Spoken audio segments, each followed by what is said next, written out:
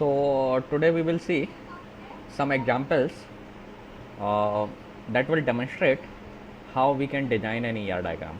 Okay, so we will talk about certain notations and how we will uh, uh, put in place all these notations to depict a particular scenario. Okay, so I'm having some small examples. So we will try to understand with those examples that how we can build an ER diagram. So let me read that example for you. Are you able to see that font? Is it fine or should I make it more large? Now I think it will be visible for you. Huh? So let me read it for you. An organization has employees assigned to a specific department. The employee may work on several projects at the same time. Okay, and the projects uses parts which are supplied by different suppliers and are stored in various warehouses. Draw an ER diagram for such organizations. Okay, so this is a small description of an organization. Actually, it is not practical to have complete description of the organization. Okay, in our class, obviously when you will work in a realistic scenario in industry, then you will find out the whole lot of information. Okay, so that you will be able to understand how we will represent the things. But since here I am having a small example, because of our limitations in the class, we cannot have complete description. So we will make certain assumptions. Okay, you will understand in a while why we need to make certain assumptions. Okay, so let's start first the guidelines. I'm going to give you some guidelines. You can note them. These guidelines will be very helpful while designing an ER diagram. Okay, so first point I would like to tell you is that first you need to identify entities whatever description you are given.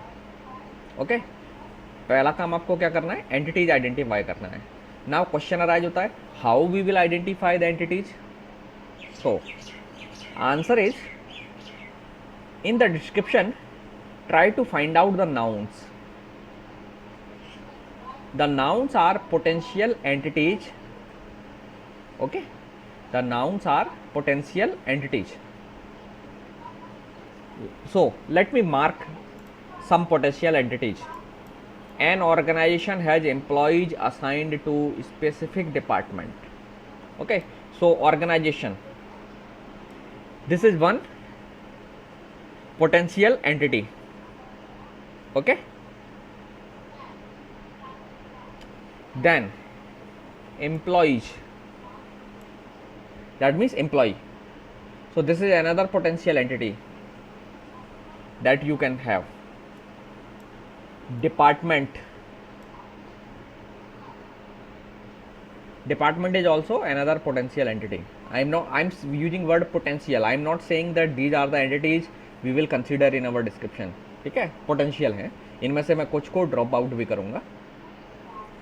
Then employ, we have already seen, may work on several projects.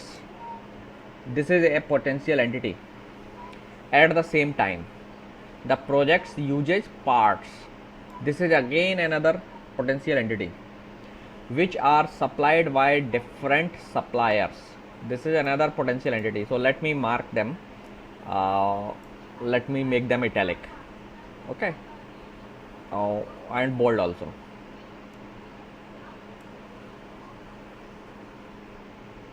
Okay, and employees, several projects. Then projects uses parts.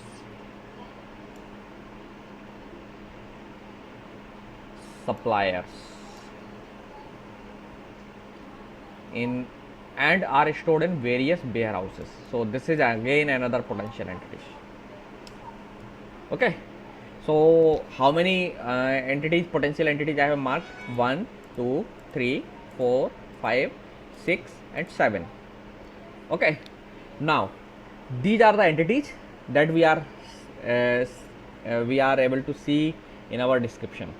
Now second guideline you should remember, whenever you have identified certain entities, you should only consider those entities as entity sets that are having multiple presence in your description. Okay, so you can see that an organization, only one entity is there. Organization can be referred as an entity, ठीक है, क्योंकि आप organisation को दूसरे organisation से differentiate कर सकते हो. So an organisation is an entity but it is having a single presence there, only one instance is there. Organisation एक ऑर्गेनाइजेशन है इस डिस्क्रिप्शन के हिसाब से देखें. So we will not consider this as our entity set. ठीक है, second point, let me repeat again, you only need to consider only those entities that are plural in your description. ठीक है, they have number of instances. So organization को हम अपने year diagram में depict करने के लिए कंसिडर नहीं करेंगे. We will not consider this. Okay, employees multiple हैं, you can see that an organization has employees. Count से हमें कोई मतलब नहीं है, but employees are multiple instances हैं. So we will mark it as an entity set. So we can list, so let me list there these entity sets. So example 1. okay, I am not writing now whatever written there. So our potential entities are employees. Entity set तो हम केवल employ लिखेंगे. So we having following entity set. First is employ. Okay, क्योंकि multiple instances हैं. Then department. यहाँ पर आप department देखेंगे तो डिपार्टमेंट के यहाँ पर मल्टीपल वैल्यूज आपको नहीं पता चलेगा, but employee assigned to specific department, it is saying, the description is saying employee is assigned to specific department, मतलब employee को एक खास department को allocate किया जाता है. that means it is indicating indirectly there are multiple departments in the organization. okay, so sometimes information may be not properly presented. okay, it may be presented indirectly. so आपको जो description है, you have to read it very carefully and then try to dive into the deep of that meaning of that description. okay, so for small examples you have to do this, but in whenever you are working in a realistic environment, and that means you are working for a real project or you are working in industry, then you will not have such type of problems there. You will clearly having the certain information that will tell you that multiple departments are there. जब आप किसी organisation में जाएंगे, वहाँ interact करेंगे, you will automatically will know, है ना, that how multiple departments are there. For example आप अपनी यूनिवर्सिटी में जैसे ही जाते हैं, you will able to know that there are multiple departments in your university. Okay, so department is another entity set that you will mark. let me put again here itself department.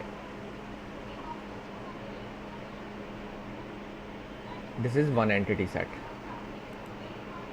okay, now the employee may work on several projects. आप देख सकते हैं automatically यहाँ plural है.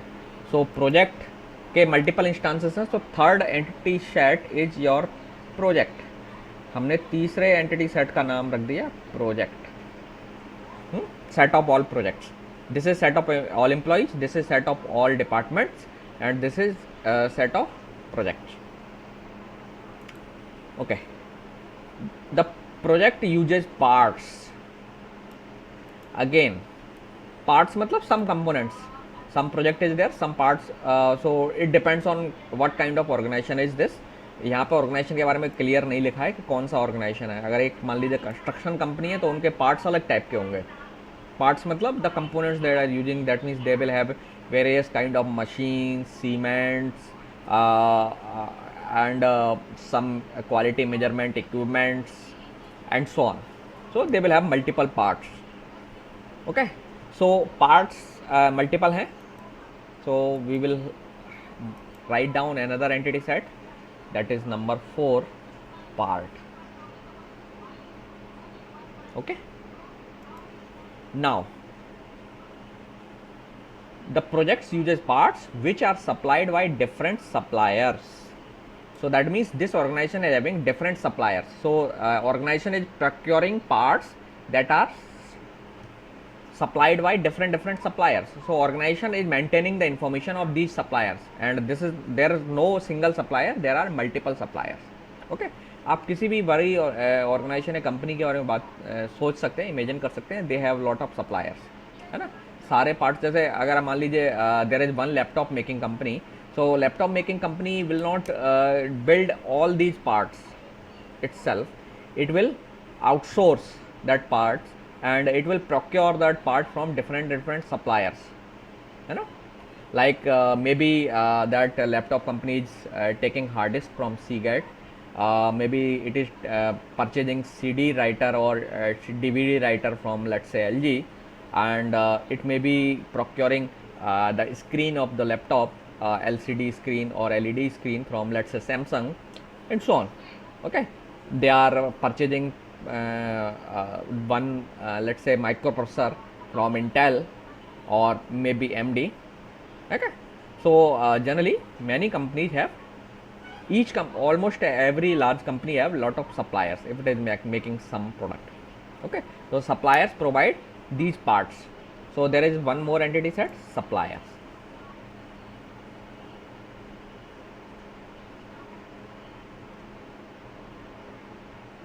Supplier. Okay, then parts which are supplied by different suppliers and are stored in various warehouses. So now warehouse आप लोग सब समझते हैं, that means organization having multiple warehouses. ये जो parts हैं वो organization क्या कर रहे हैं, bulk में procure करती है, and then these parts are stored in various warehouses. So warehouse एक एंटिटी सेट हो गया आपका, ware house.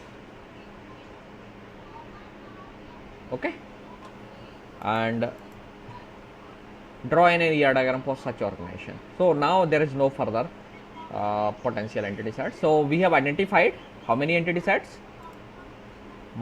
Total 6 entity sets we have identified. Okay, now what next you need to do? Next thing you need to do is find out the relationships. जो step 2 आप कह सकते हैं. So this was step 1 कि आपने entities and then entity sets identify किए. Find entity sets, this is your first step. Step 2, you need to find relationship sets.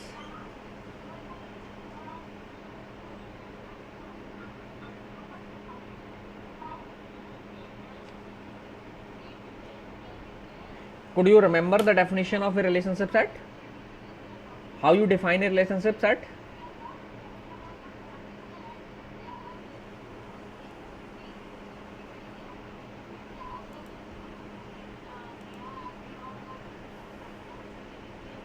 Relationship set.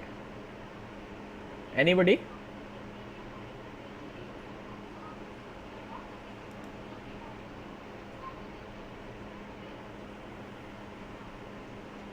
No one?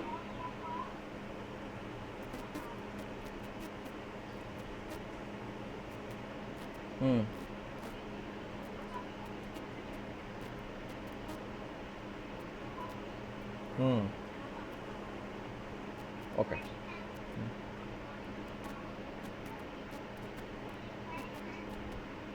Okay.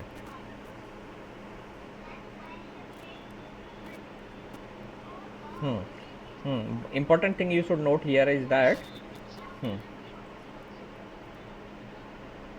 No. If two entities from two different entity sets are having certain relationship, and the set of similar kind of such relationships are called relationship set. Okay, so you should remember the relationship set is set of similar kind of relationships. There is a relation between patient and doctor. There is also, you will find out in case of hospital, there is a relationship between a nurse and patient. So you cannot put together the relationship between nurse and patient and doctor and patient together. Okay, the relationship set consists of relationships of same type. Okay, so the second point or second step that you need to do is identify the relationships. Again, single relationship जो होगी, एक ही presence है उसकी, उसे हम record नहीं करेंगे अपने डेटाबेस में. You need to identify the multiple relationships of same type, और आप उसे एक रिलेशनशिप सेट में टुगेदर कर देंगे. So let's come back to the description. Now again इसमें एक और गाइडलाइन है, जब आपको पोटेंशियल रिलेशनशिप सेट आइडेंटिफाई करने हैं, then focus on the verbs available in your description. Okay, verbs जो हैं उन पर फोकस करिए. They are your potential relationships, they represents your relationships. और आप देखेंगे उनकी प्रेजेंस भी वो मल्टीपल ऐसे रिलेशनशिप्स को इंडिकेट कर रही होंगी, जो नाउन्स को वो कनेक्ट कर रही होंगी, उनके मल्टीपल पेयर्स होंगे. द डिस्क्रिप्शन से ही आपको इंडिकेशन मिल जाएगा. So they will be your potential relationships. Okay, you can note it down this point. ठीक है, I am not writing it, but you can note it down that verbs in your description are potential relationship sets. Okay, so let's come back to the description. An organization has employees assigned to specific department. Now here helping verb को छोड़ देना है. This is the potential verb, so make it I am going to make it only italic. Assigned. So this is your potential relationship. Employees or this sentence is automatically indicating that there is association between employee and department. एक employee को एक specific department में assign किया गया है. So for example in case of our university you see that I have been assigned to computer science department. There are some faculties that have been assigned to statistics department. There are some faculties that are assigned to department of Hindi, and so on. है ना? So similarly in an organization, when they hire employees, they also assign employees to departments. Okay, now generally most of the cases में they assign employees to specific department. So specific department का यहाँ पर मतलब है कि employees is assigned to a single department, है ना?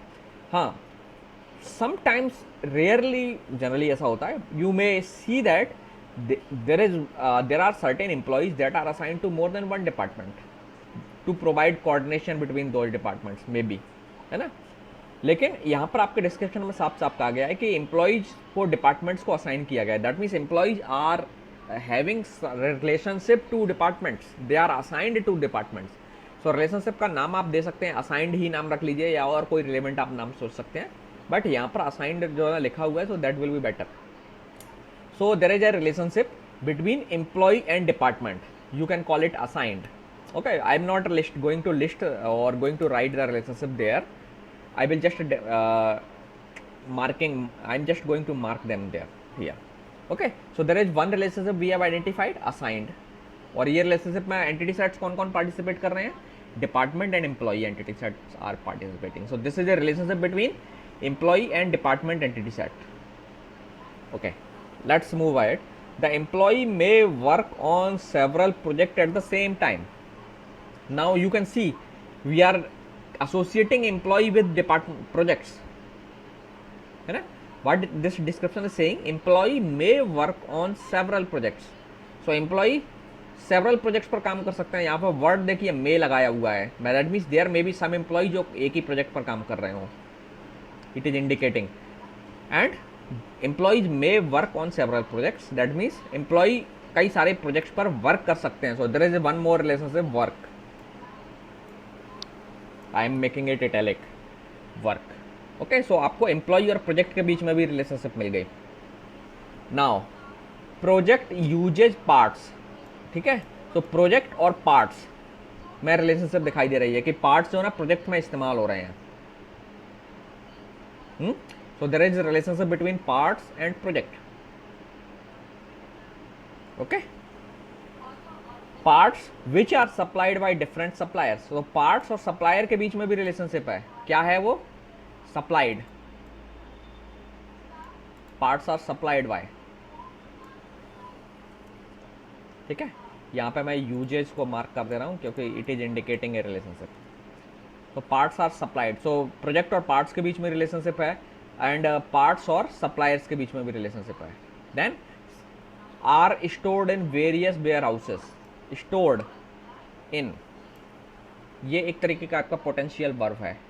Now क्या स्टोर्ड है? सप्लायर स्टोर्ड है वेयर हाउस में या पार्ट्स स्टोर्ड है? Obviously parts. अगर आप थोड़ा सा केयरफुली देखें, हालांकि इसको नहीं पकड़ लेना है कि आप सोचे सप्लायर और बीच में लिखे हुए है वर्ब तो हम स्टोर्ड रिलेशनशिप कह देंगे सप्लायर और वेयर हाउस के बीच है. No, you have to properly understand this sentence. It is saying that parts are stored in warehouses. So there is a relationship again between parts and warehouses. Okay, so almost we have identified the relationship. One is assigned, second is work, then usage. So let me write the pairs that are having relationship. So relationship sets में आप देखेंगे we have relationship between employee. ऐसे मैं mark notation लगा देता हूँ. So that means I am just saying that this is the relationship between employee and department.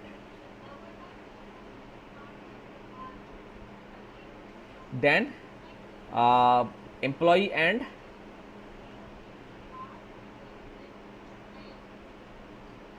Project.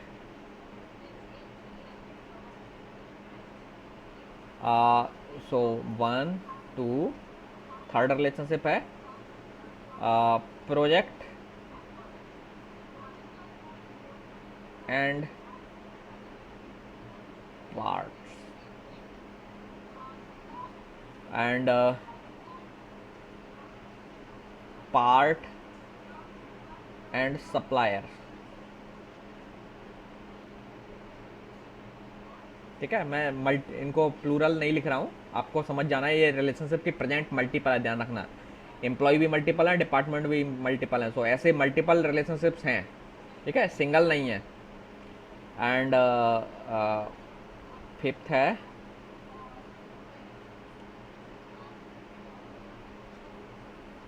Part and where houses के बीच में है.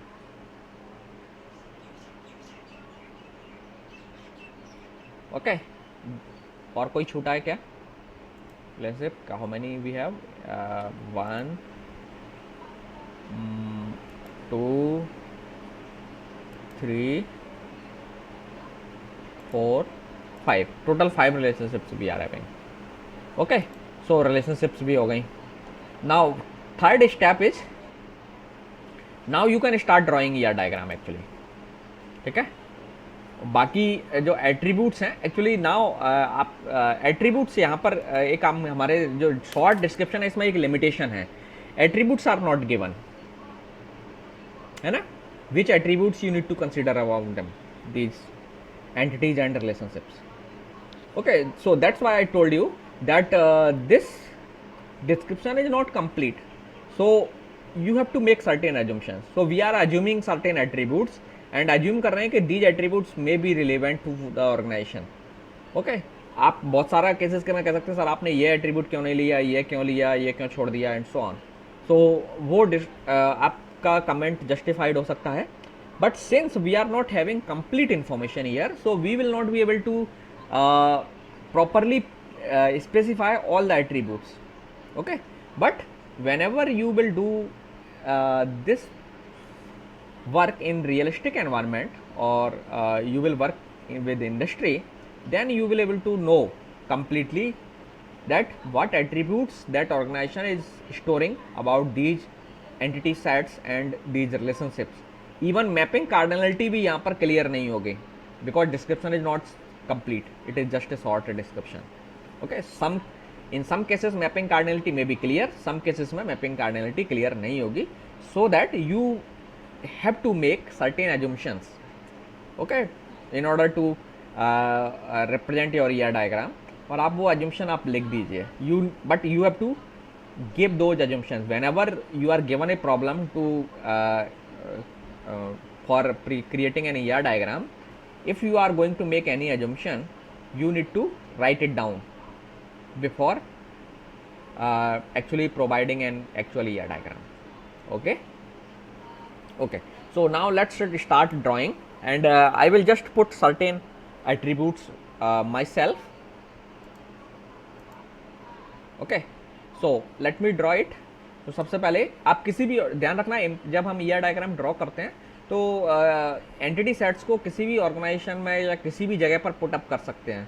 सो काइंड ऑफ ग्राफ में आप कहते हैं ना, ये वर्टाइस आपने यहीं क्यों रखी, यहाँ क्यों नहीं रखी, you can put at there itself, लेकिन उनके कनेक्शंस प्रॉपर आपको दिखाना है. ओके, कनेक्शंस में गड़बड़ नहीं होना चाहिए. So first I am going to draw an entity set employee. Okay, so we are having entity set employee. Then obviously employees के कई सारे attributes होंगे. I am assuming some attributes. Employee ID, let's assume, and assume कर लेते हैं कि ये की है. ठीक है, employee ID, then his name, date of birth, date of joining, and बहुत सारे एट्रीब्यूट्स हो सकते हैं. सैलरी, आप चाहे डेजिग्नेशन भी लिख सकते हैं. Okay, I am just writing only those attributes, and I am assuming that each employee is having a specific ID, employee ID. I am saying that now. अब आप अगर मान लीजिए किसी ऑर्गेनाइजेशन में काम करते हैं, तो वहाँ पर आपको जब ऑर्गेनाइजेशन में लोगों से बात करेंगे या उसके सिस्टम को समझेंगे, तो अपने आप आपको पता चल जाएगा कि हर एम्प्लॉय को एक यूनिक आईडी दी गई है. जैसे आप अपनी यूनिवर्सिटी में ही देखें, every faculty and staff is given a unique ID. हर स्टूडेंट को एक यूनिक आईडी दी जाती है. Okay, so such type of attributes will always present there. Okay, so आपको जस्ट उनको पता करना है कि कौन कौन से एट्रीब्यूट्स जो है ना वो मेंटेन कर रहे हैं. So for that you can talk about them, talk about the staff there, और you can see the records they are maintaining. Paper में कई बार रजिस्टर्स में जो रिकॉर्ड्स वो मेंटेन करते हैं, उन रिकॉर्ड्स को आप देख सकते हैं कि वो क्या क्या एट्रीब्यूट्स एम्प्लॉय के बारे में मेंटेन कर रहे हैं. There may be bunch of attributes, I am not writing all of them. Okay, so employee entity set को आपने डिपिक्ट कर दिया. ध्यान रखना है जब आप ईआर डायग्राम बनाते हैं तब आपको की भी मार्क कर देना है कि आपकी की क्या होगी. So obviously employee ID will be the key. Super key और बाकी चीज़ें हम जनरली मार्क नहीं करते हैं, छोड़ देते हैं.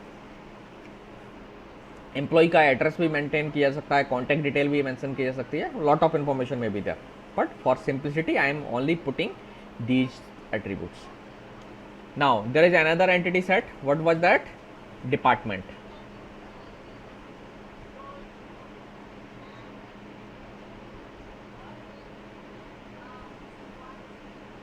So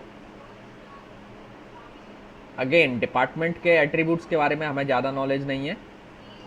we are assuming that department, हर डिपार्टमेंट का एक नेम होगा, और ओबियसली जब एक ऑर्गेनाइजेशन की बात आती है तो वो कोई भी ऑर्गेनाइजेशन दो डिपार्टमेंट के नाम सेम नहीं रखता है. जैसे अपनी यूनिवर्सिटी में ही देख लीजिए, you can not see, you will not see that any two different departments are having same name. They are having different name. So I am assuming that each department is having a unique name, so we can make it key. Okay, then department name hai, it may be each department may be having certain authority, so you can put their name. Let's say head. I am just writing head of the department होगा जो भी है. University के case में add होता है, employees के company के केस में वो कुछ और टर्म इस्तेमाल कर सकते हैं. So you just need to understand the organisations, how it is functioning. So उसकी फंक्शनिंग आप देखेंगे, गवर्निंग स्ट्रक्चर देखेंगे, then you will be able to know कि उनके में डिपार्टमेंट का हेड है तो आप उसे रिप्रेजेंट करेंगे, नहीं है तो नहीं रिप्रेजेंट करेंगे. ओके, देन डिपार्टमेंट, अगर एक कंपनी ऑर्गेनाइज बड़ी है तो हो सकता है डिपार्टमेंट एक साथ ना हो, तो उसकी एक लोकेशन या एड्रेस हो सकता है. Sometimes different departments having may have different buildings, so building name you can take. ठीक है, building name. So these are the some of the attributes that a department will have.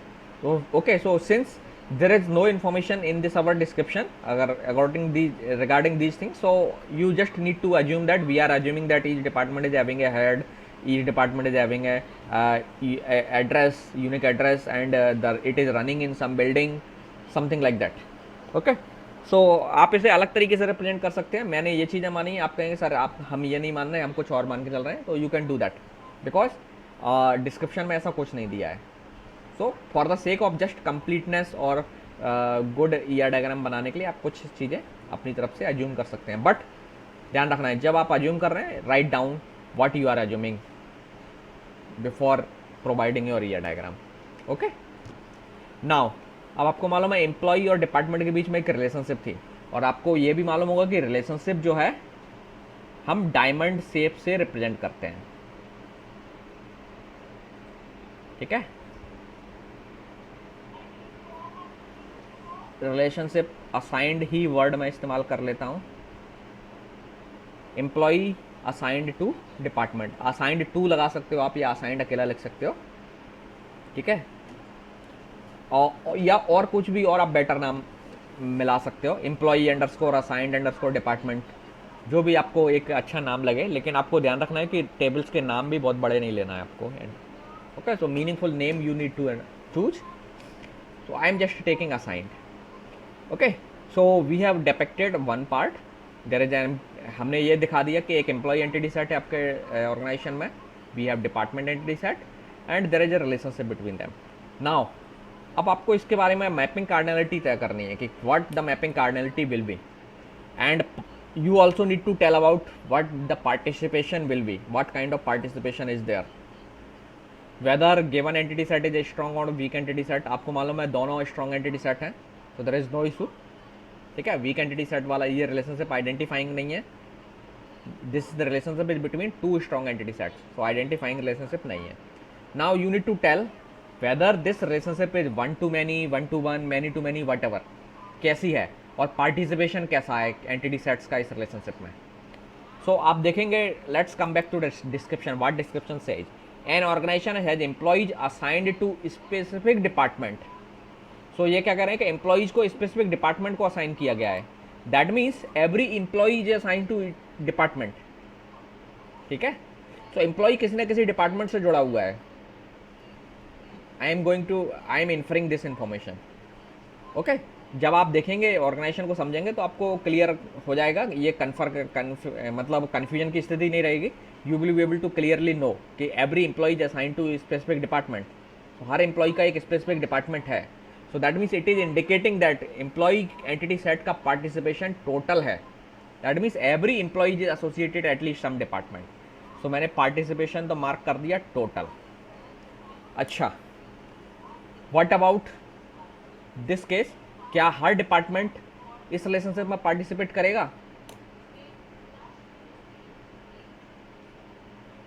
Is it necessary that department should have at least one employee? ये आपको company की policy से पता चलेगा. अगर आपको इसका आंसर नहीं मिलता है, यू कैन क्वेश्चन और you can request about this information from the authority of that organisation. So यहाँ पर हमें मानना पड़ेगा. क्या मान के चलें, बताइए आप. क्या हम अज्यूम करें कि बिना एम्प्लॉय के डिपार्टमेंट एग्जिस्ट नहीं करेगा, या डिपार्टमेंट एग्जिस्ट कर सकता है बिना एम्प्लॉय के? ओके, सो यहाँ पर आप देखेंगे nothing is clear. So you can take your assumption. आप अपना स्टैंड ले सकते हैं कि हम ये मान के चल रहे हैं, we are assuming that department can exist without any employee. So फिर ये रिलेशनशिप कैसी हो जाएगी? पार्शियल. सो आप इसे ऐसे ही छोड़ देंगे. लेकिन अगर आप ये मान रहे हैं कि नहीं, डिपार्टमेंट बिना एम्प्लॉय के एग्जिस्ट नहीं करेगा, there cannot be a department that does not have employee.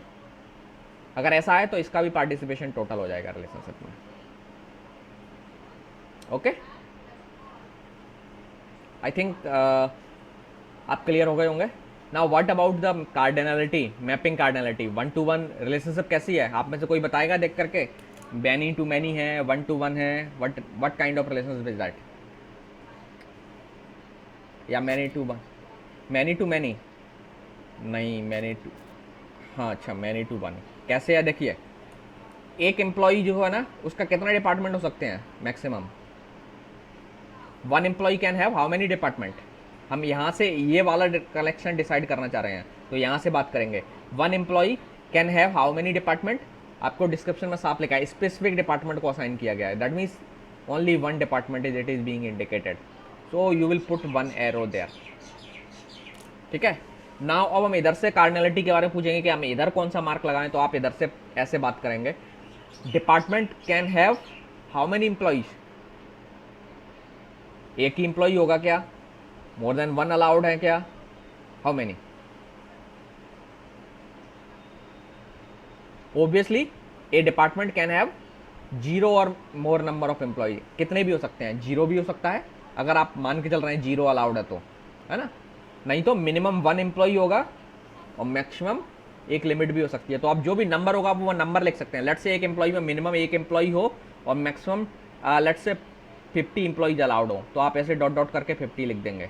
एक तो ये नोटेशन होता है, लेकिन अगर आप लिखना चाहें रिक्वायरमेंट हो ऐसी तो, लेकिन जनरली क्या होता है, एक ऐसा कोई रिस्ट्रिक्शन नहीं होती है, मिनिमम वन एम्प्लॉय होगा, मैक्सिमम मल्टीपल हो सकते हैं। सो रिलेशनशिप को आपको छोड़ दीजिए, many to one. So cardinality भी डिसाइड हो गई, हमने उसको प्रॉपरली मार्क भी कर दिया। सो एक पार्ट आपके यह डायग्राम का क्लियर हो गया। Okay, now let's move ahead. Now एक और एंटिटी सेट है अगला, वो कौन है आपका, डिपार्टमेंट के बाद प्रोजेक्ट भी है ना। सो let me draw project here, आप चाहें तो यहाँ ड्रॉ कर सकते हैं। देखिए यह डायग्राम में कौन सा बॉक्स आप कहाँ ड्रॉ कर रहे हैं, कौन सी एंटिटी को किस जगह दिखा रहे हैं, वो place is not important, connections are important. Okay, so I am writing project there, it's here project. So एक एंटिटी सेट आपका प्रोजेक्ट है, एंड नाउ अगेन प्रोजेक्ट का कई सारे एट्रीब्यूट्स होंगे, हमें नहीं पता, डिस्क्रिप्शन में एट्रीब्यूट्स नहीं दिए हैं, लेकिन अगर आप ऑर्गेनाइजेशन में बात करेंगे you will able to know कि कौन कौन से ऑर्गेनाइजेशन क्या क्या है। तो ओबियसली एक प्रोजेक्ट का एक यूनिक आईडी होगा, तो आई am assuming that each project is having ID, generally होता है प्रोजेक्ट आईडी होगा। देन प्रोजेक्ट जो है आप कर रहे हैं तो उसमें बहुत सारे एक क्लाइंट भी हो सकता है जिसके एसोसिएटेड, जिस क्लाइंट के लिए आप कर रहे हैं प्रोजेक्ट, वो क्लाइंट की आईडी हो सकती है। ओके, क्लाइंट आईडी हो सकती है जनरली, लेकिन क्लाइंट नहीं है तो हम छोड़ देते हैं, क्लाइंट के बारे में इन्फॉर्मेशन नहीं दी है हमें, नहीं तो क्लाइंट एंटिटी सेट बन जाएगा। ये प्रोजेक्ट के जो कंपनी के कई सारे क्लाइंट है ना, तो वो एंटिटी सेट हो जाएगा। तो हम क्लाइंट वाले पार्ट को छोड़ देते हैं, क्योंकि it is not said anywhere कि क्लाइंट भी हैं, तो हम केवल project ID. Then every project have deadline, okay, it's deadline may be there, and budget होगा प्रोजेक्ट का।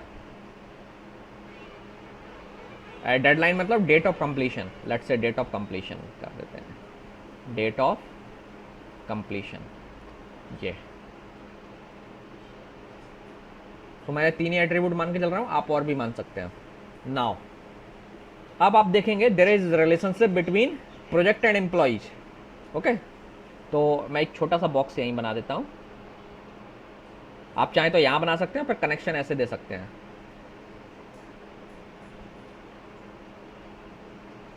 सो इन दोनों के बीच में कनेक्शन है, एम्प्लॉय और प्रोजेक्ट में।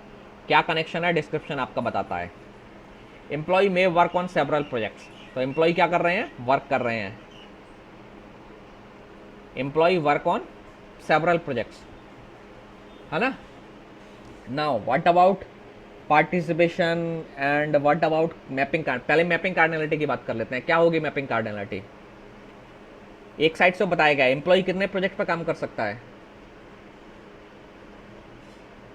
Several, that means one employee can work on many project. So ये तो लाइन मैनी रहेगी, यहाँ पर हमें एरो नहीं लगाना है।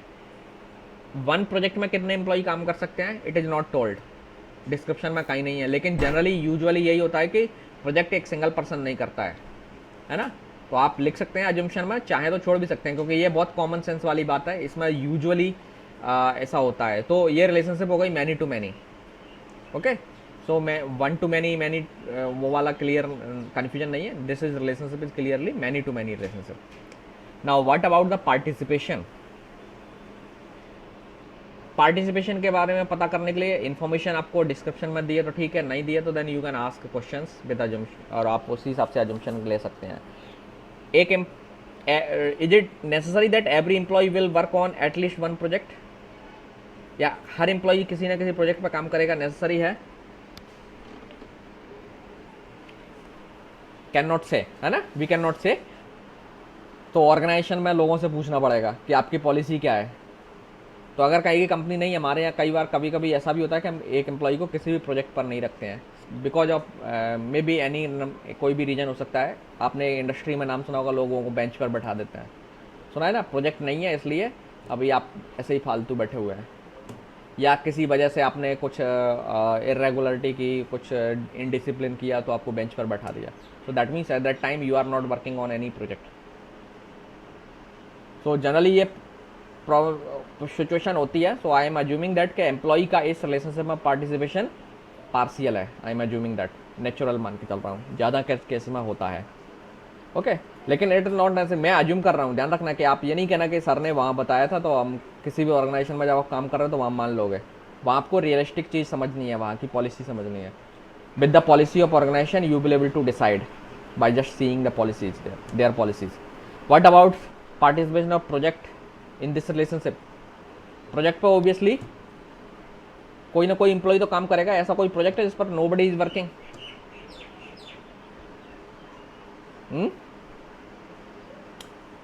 ऐसा पॉसिबल होगा किसी कंपनी ने प्रोजेक्ट ले लिया और उस पर कोई काम नहीं कर रहा है?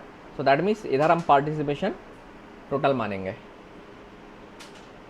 ओके आप मुझसे डिसएग्री कर सकते हैं, दूसरी आप अल्टरनेट अजम्पशन पर जा सकते हैं, तो आपको अजम्पशन लिखना है।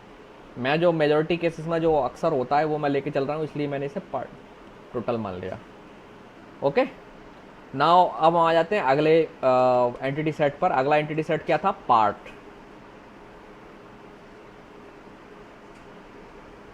अब पार्ट्स के एट्रीब्यूट्स के बारे में हमें कोई नॉलेज जानकारी नहीं दी गई है, तो हम ऐसे ही कुछ एट्रीब्यूट्स मान लेंगे।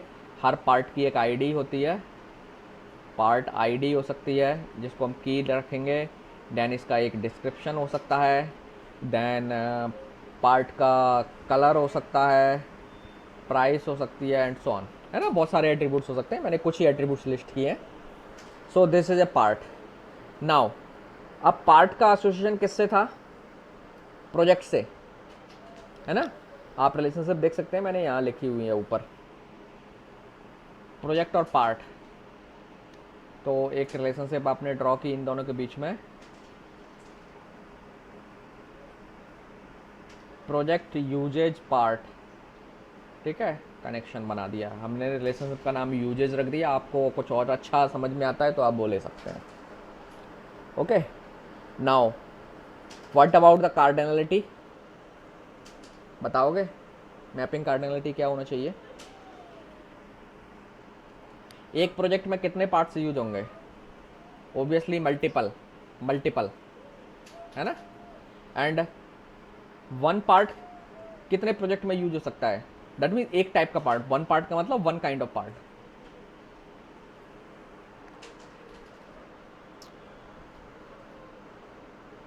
या एक पार्ट को आप कई प्रोजेक्ट में इस्तेमाल कर सकते हो। पार्ट कैन बी शेयर्ड, है। ऐसा है क्या एक मशीन केवल एक ही प्रोजेक्ट में काम करेगी, दूसरे में बिल्कुल नहीं हाथ डालेगी?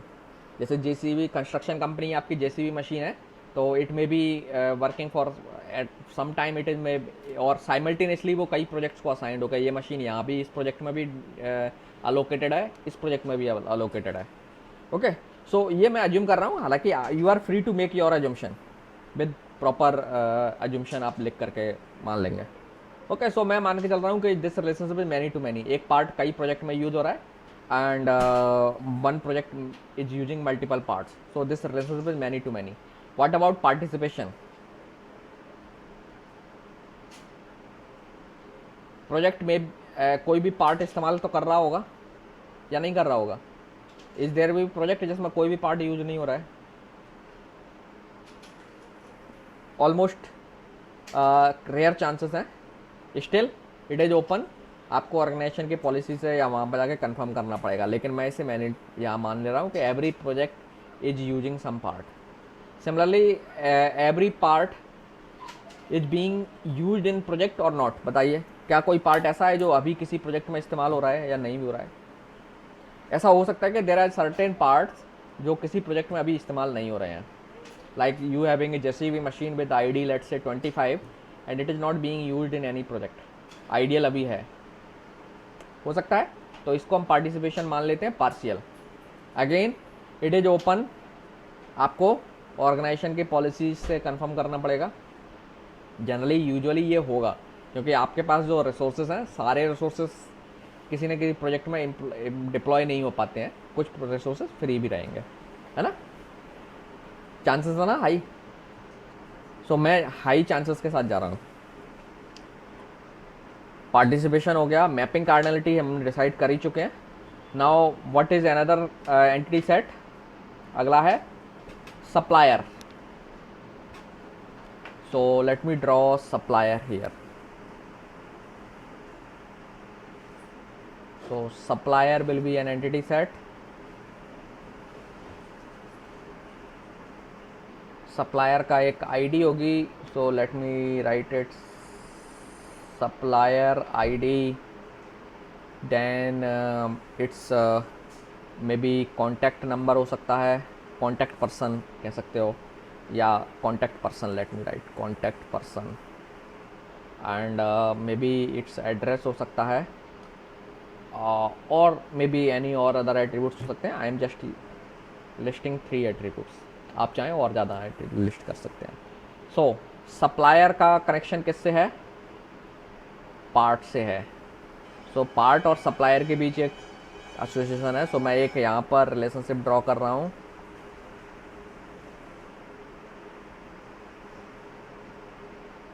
और ऐसे कनेक्ट कर दे रहा हूँ, ठीक है। और पार्ट्स आर सप्लाइड बाय लिखना चाहो या सप्लाइड लिख सकते हो, parts are supplied by supplier. Now what about the cardinality here, आप एक पार्ट को कितने सप्लायर से खरीद रहे हो, मल्टीपल सप्लायर से हो सकता है पार्ट ले रहे हो। जैसे हार्ड डिस्क जो ना आप सैमसंग से भी खरीद रहे हो, लैपटॉप बनाती है आपकी कंपनी अगर मान लीजिए, और सीगेट से भी खरीद रहे हो, है ना। So one kind of part you may be purchasing from multiple suppliers, and एक सप्लायर आपको कई तरीके के पार्ट भी भेज रहा होगा। आप हो सकता है लेट्स से किसी कंपनी से, सैमसंग से डिस्प्ले भी ले रहे हैं, उनसे लेट्स से मेमोरी भी ले रहे हैं, रैम मेमोरी ले रहे हैं, या कोई और भी चिप या डिवाइस ले रहे हैं। So it is better to have many to many relationship there. Okay, again it is subject to the policy of the organisation. आपको पॉलिसी स्टडी करना पड़ेगी और वो अपने आप इंडिकेट कर देंगे what is the scenario. Okay, participation, supplier का पार्टिसिपेशन कैसा होगा इस रिलेशनशिप में, कुछ ना कुछ तो सप्लाई कर ही रहा होगा, तभी तो आपका सप्लायर है। टोटल पार्ट का participation, total every part is being supplied by some supplier, हवा में तो नहीं आएगा, है ना। चलिए ये हो गया। इसके बाद एक और एंटिटी सेट बचा है लास्ट, कौन सा है, warehouse. So let me draw warehouse here.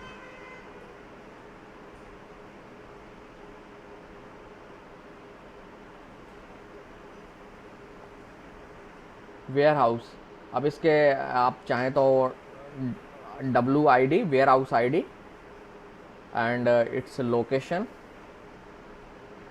बहुत सारे एट्रीब्यूट्स हो सकते हैं। Capacity,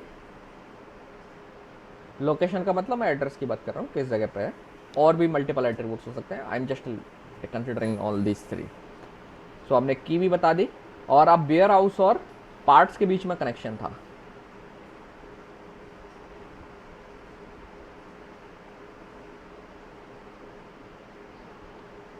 parts are stored in relationship. एक वेयर हाउस में कई तरीके के पार्ट स्टोर हो सकते हैं, यस और नो।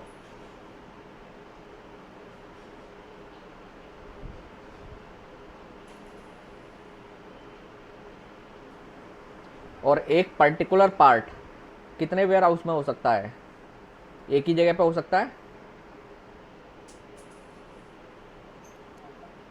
ठीक है। So this is that. Now you can also talk about the participation. Part किसी भी वेयर हाउस में हो सकता है, जरूरी है नहीं यूज हो रहा है, नेसेसरी नहीं है कि वो किसी वेयर हाउस में हो, तो पार्ट्स का पार्टिसिपेशन टोटल होगा। वेयर हाउस किसी न किसी पार्ट को स्टोर कर रहा होगा, मे बी और मे नॉट बी, हो सकता है किसी टाइम पर वेयर हाउस अभी एम्प्टी है, तो इसको पार्टिसिपेशन पार्शियली छोड़ देते हैं। Okay, so this is the ER diagram.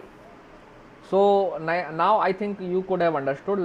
Let me repeat again what you have to do when you are going to create an ER diagram. You are given a description. Generally आपको exam में या study के duration में तो आपको short description ही मिलेगा, बहुत long नहीं मिलेगा। सो आपको पहला काम क्या करना है, first you need to identify the entities. So potential noun, so you need to identify the nouns in the description. तो जो नाउन्स हैं they are potential entities, okay, और entity sets you can say. So entities की जगह पे actually हमें entity sets identify करना होते हैं। सो आइडेंटिफाई द एंटिटी सेट्स, तो नाउन्स से आपको क्लू मिल जाएगा उनका। सारे नाउन्स आपको कंसिडर नहीं करने, कुछ नाउन्स जो है ना आपके काम के नहीं होंगे। सो उसमें कौन से काम के नहीं होते हैं, जिनका इंस्टांस सिंगल हो, जैसे इस केस में ऑर्गेनाइजेशन, एक ही ऑर्गेनाइजेशन है, तो हम इसे एंटिटी सेट नहीं ले सकते। तो आपने सबसे पहले एंटिटीज आइडेंटिफाई कर ली, एंटिटी सेट्स आइडेंटिफाई कर लिए, then you need to identify the relationships. So verb से आपको रिलेशनशिप के बारे में आइडिया मिलेगा, और जो सेंटेंस में वर्ब मिला है वहीं पे आपको दोनों जो एंटिटी सेट्स हैं उसी से पता चल जाएगा कि किन किन एंटिटीज के बीच में रिलेशनशिप है।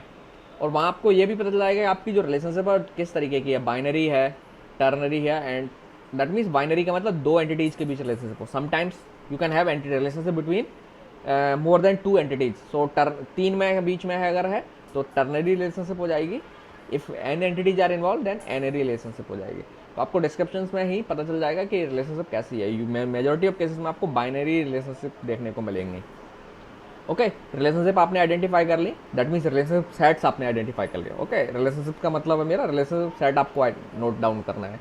रिलेशनशिप सेट्स आपको मिल गए, देन आपको यह डायग्राम रॉ केसेस में बनाना शुरू करना है। फिर आपको एट्रीब्यूट्स आइडेंटिफाई करने हैं। तो डिस्क्रिप्शन में जनरली एट्रीब्यूट्स कुछ केसेस में दिए हो सकते हैं, कुछ केसेस में नहीं भी दिए हो सकते हैं। तो नहीं दिए तो आप अपने हिसाब से रीजनेबली कुछ एट्रीब्यूट्स अज्यूम कर लें। फिर एट्रीब्यूट्स अज्यूम करने के बाद साथ में जो कीज अवेलेबल है उनको मार्क कर दें। इसके बाद नेक्स्ट काम क्या करना है आपको, रिलेशनशिप ड्रॉ कर दीजिए, and then identify the mapping cardinality. Again उसके लिए आपको कार्डिनलिटी के बारे में बात समझने के लिए डिस्क्रिप्शन को देखना पड़ेगा। वहाँ पर डायरेक्टली और indirectly information will be may be available. अगर नहीं available then you can make your assumption, और आप उसे क्लियरली लिख दीजिए। नहीं तो मेजॉरिटी ऑफ केसेस में जो होता है आप उसके साथ जाइए, स्टिल जब भी होता है तब भी वो अजम्पशन लिख दीजिए कि हम ये मान रहे हैं। ओके, रेयर चीज़ को कोशिश करिए अपने ईयर डायग्राम में, जो रेयरली होता है उसे ना मानिए, जो मेजॉरिटी केसेस में मैक्सिमम टाइम होता है वो आप मान लीजिए, लेकिन स्टिल तब भी अजम्पशन लिख दीजिए। ओके, देन रिलेशनशिप के बाद पार्टिसिपेशन भी डिसाइड कर दीजिए। मैपिंग कार्डिनलिटी अगर आपने बता दी, then you also need to mark the participation, and then you are done. That will be your ER diagram. Okay, so these are the some of the steps that you need to follow while preparing ER diagram. Okay, now in real life scenario, जब आप industry में realistic environment में काम करोगे तो आपको ऐसा कोई डिस्क्रिप्शन पहले से नहीं दिया हो सकता है, नेसेसरी नहीं है कि डी दिया हो। Okay, you may be given SRS, software requirement specification जो बोलते हैं, या फिर आप पूरा रिक्वायरमेंट एनालिसिस करिए, स्टडी करिए, एंड देन अपना एक डिस्क्रिप्शन तैयार करिए। उसी में से ये फिर चीज़ें आइडेंटिफाई करके रिप्रेजेंट कर दीजिए ईआर डायग्राम के फॉर्म में।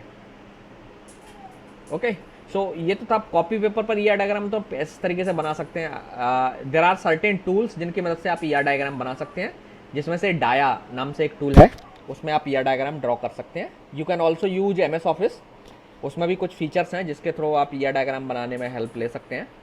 या समटाइम्स UML डायग्राम बनाने के लिए जो सॉफ्टवेयर्स हैं उनकी मदद से भी आप ईआर डायग्राम बना सकते हैं। ऑनलाइन एक वेबसाइट है draw.io, वहाँ उसकी भी हेल्प लेकर के आप, अगर आपको सॉफ्ट कॉपीज प्रिपेयर करनी हो डॉक्यूमेंट फॉर्म में, कंप्यूटराइज्ड जो डिजिटल फॉर्म, तो वो आप इन सॉफ्टवेयर्स की मदद ले सकते हैं। draw.io आप ऑनलाइन क्रिएट कर सकते हैं draw.io से, या फिर आप डायट जो सॉफ्टवेयर है उसे इस्तेमाल कर सकते हैं। या सॉफ्टवेयर इंजीनियरिंग के कई सारे टूल्स आते हैं, जैसे खास करके जिसमें UML से रिलेटेड जो टूल्स हैं उनको भी आप यूज करके ईआर डायग्राम बना सकते हो। Okay, so I will suggest you that आप जो डाया एक टूल है DIA, आप उसे एक्सप्लोर करें, yourself. Okay. If you are having any query, then please let me know.